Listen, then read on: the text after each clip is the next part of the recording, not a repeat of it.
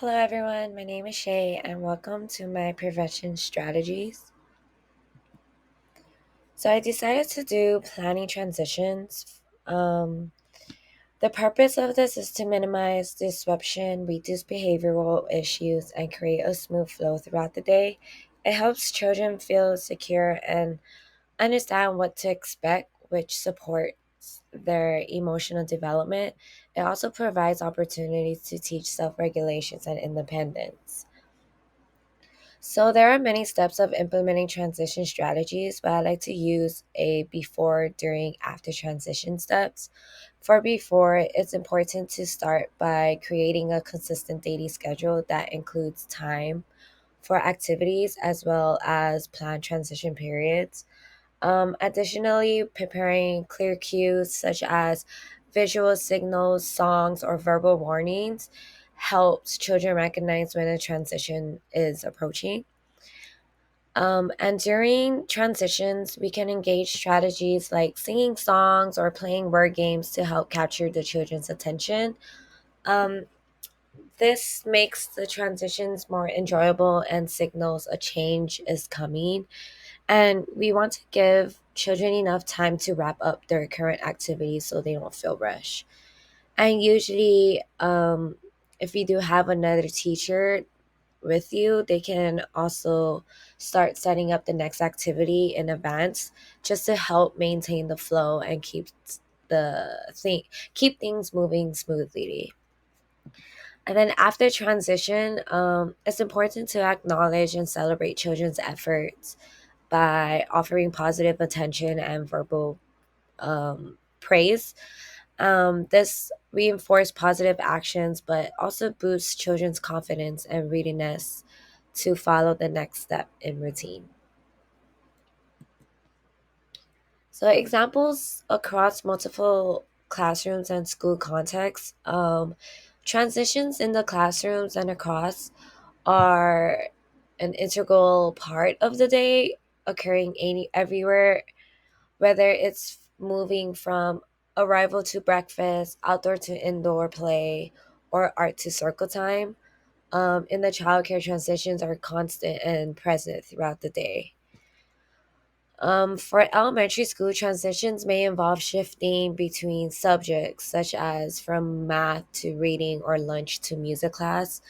And for middle and high school students, transitions often occur between going to different classes or activities and requiring students to adjust both physically and mentally.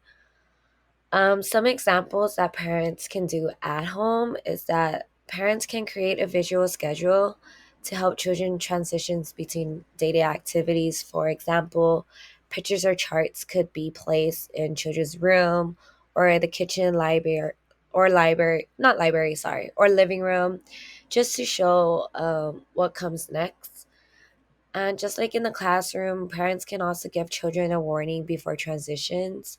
For example, before transitioning from mealtime to shower, parents can parents can let their child know, like, in 5 minutes we are going to get ready for bed. And lastly, parents can also acknowledge and praise children's efforts. For instance, when a child transitions from one activity to another, parents can say, "Great job putting your toys away. We can go to the park." And yeah, so using all these three examples are for parents are basically what we use in the classroom, and it's just a great way for the parents to use at home as well. So transition supports instructions and positive classroom climate by maintaining focus and engagement. Having a well planned transitions help sustain children's engagement by providing clear expectations for what comes next. This allows children to move smoothly from one activity to another without feeling rushed or confused. Another one is supporting emotional regulation, such as verbal warnings or visual signals. Teachers can help children manage the shift from one activity to another. And it can also support the development of self control. And lastly, minimizing disruption. Teachers can create a positive, respectful environment where children feel valued and understood. Sorry. For example, transitions that incorporate praise or recognitions of effort encourage positive behaviors and reinforcing the classroom cooperative spirit.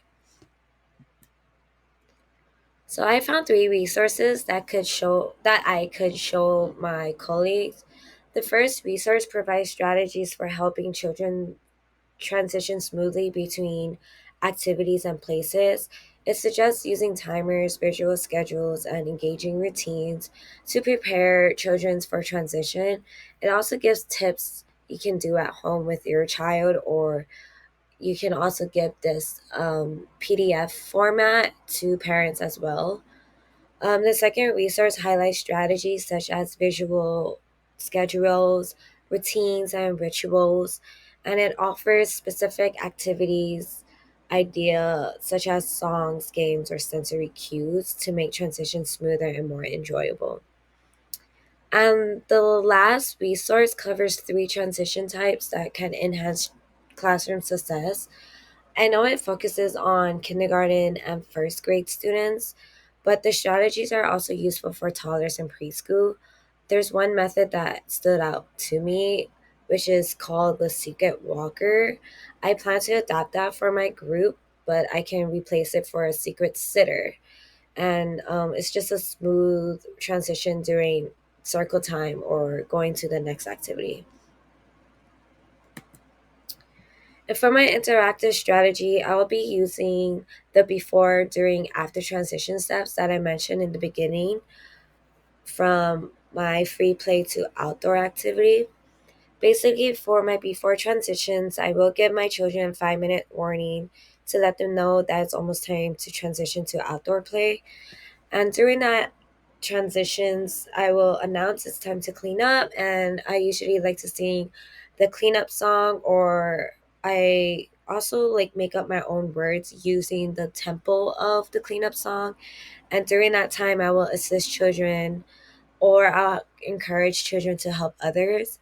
And then after the transitions, I usually acknowledge letting children know, like, thank you for cleaning up your mess. And then we usually do a name to face check. And the fun part about it, of the ending of the transition, is that I let them do a limbo activity going outside play. And that concludes my presentation. I hope you found the information useful and enjoyable. I'm looking forward to hearing your thoughts and seeing your presentation. Have a great day and aloha.